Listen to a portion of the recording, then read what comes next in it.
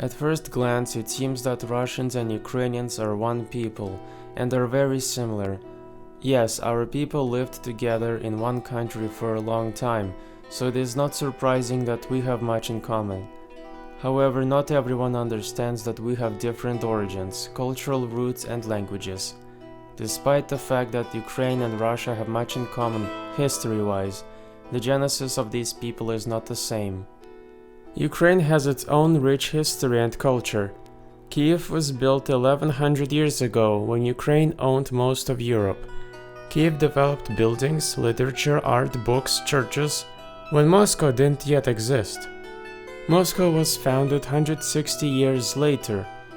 In 15th century, while Ukraine built its culture, Moscow developed army and taught people that there was only one king. When Russia invaded Ukraine in 17th century, they realized that Ukraine was much more culturally developed. Everything that was Kievan Rus became part of Moscow, and then part of Russia's cultural legacy. Russia and Ukraine do have a shared ancestry. A union between Moscow and Kiev in the 17th century formed the base of the Russian Empire.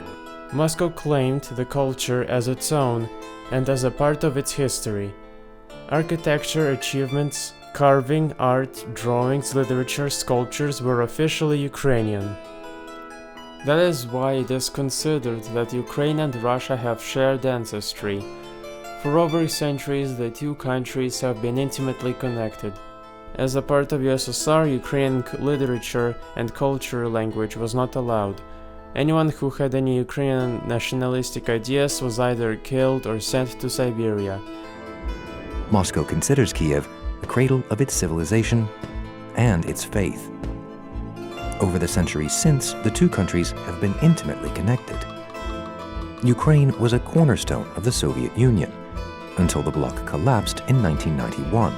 Only in 1991 did Ukraine finally become independent, being able to develop its culture and traditions. Ми молода країна з тисячолітньою історією.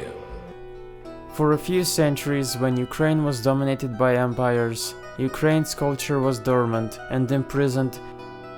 It has been reborn and our culture continues to be discovered. And now a little bit about the Ukrainian and Russian languages. The story goes that there are ethnic Russians in the east and south and in Ukraine's Crimea who speak Russian, and ethnic Ukrainians in the west who speak Ukrainian. Russian is still widely used in Ukraine, especially in the east, south and in Crimea, such that some describe Ukraine as a bilingual country, meaning most Ukrainians speak at least two languages, Russian and Ukrainian. The spread of Russian in Ukraine started in 17th century when eastern and central Ukraine, including Kiev, first came under Russia's influence. Over the next century, the Russian Empire fully absorbed these lands. That tipped the scales further in favor of Russian. Today, around 13% of Ukrainians are ethnically Russian, and nearly a third speak Russian as a first language. In 2016, almost 90% of schools in Ukraine taught classes in Ukrainian. Ukrainian language exams are compulsory for college applicants. Russian and Ukrainian people have lived together in one country for a long time, so it's not surprising that we have a lot in common. Despite this, we have completely different origins and story. It so happened that Russia borrowed Ukrainian culture, but not Ukrainian identity. Ukraine is home to 7 UNESCO World Heritage Sites, including the 1,000-year-old St. Sophia Cathedral in Kyiv, often described as the spiritual home of the capital.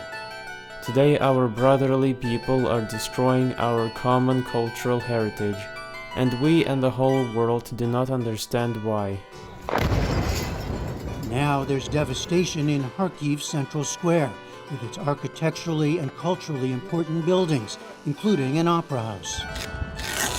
And in Lviv's historic center, itself a UNESCO heritage site, monuments and sculptures are protected with sandbags.